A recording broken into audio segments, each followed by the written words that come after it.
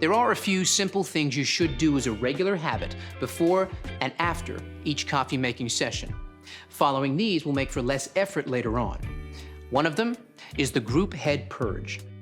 Before your first extraction, insert the filter basket you intend to use for your shot into the portafilter. Insert and lock the portafilter into the group head. Run a short flow of water through the group head by touching the brew button. Allow water to flow for 5 seconds.